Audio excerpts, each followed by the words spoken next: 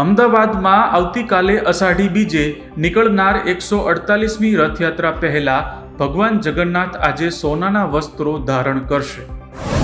અમદાવાદના પૂર્વ વિસ્તારમાં ગઈકાલે સાંજથી પડેલા 1 થી 5 ઇંચ સુધીના વરસાદને પગલે જળબંબાકારની સ્થિતિ સર્જાઈ હતી. મણિનગર, ઓઢવ, રખિયાલ સહિતના વિસ્તારોમાં પાણી ભરાયા હતા. સાવરકુંડલાના થોરડી ગામે 5 વર્ષના બાળક ગુલસિંહ અજમેરા પર સિંહે હુમલો કરી તેને ફાડી ખાધો હતો. ઘટનાને પગલે સમગ્ર વિસ્તારમાં ભયનો માહોલ સર્જાયો છે.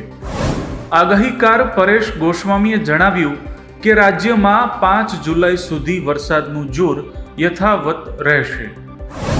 આગામી 24 કલાકમાં વાપી, નવસારી, ડાંગ, વલસાડ, સુરત, ભરૂચ, બારડોલી, ખેડા, આણંદ અને વડોદરાના ભાગોમાં ભારેથી અતિભારે વરસાદની આગાહી છે.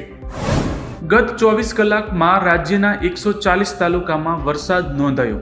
સાગબારામાં સૌથી વધુ 6 ઇંચ, ઉમરપાડા અને ડોલવણમાં 5.5 ઇંચથી વધુ વરસાદ નોંધાયો હતો. મુખ્યમંત્રી ભૂપેન્દ્ર પટેલે 18,000 કરોડના ખર્ચે ચાલી રહેલા હાઈ પ્રાયોરિટી પ્રોજેક્ટ્સની સર્વગ્રાહી સમીક્ષા કરી હતી. સુરતમાં પ્રથમવાર 7 જેટલી રથયાત્રાઓ નીકળશે. પોલીસ AI આધારિત કેમેરાનો વ્યાપક ઉપયોગ કરશે.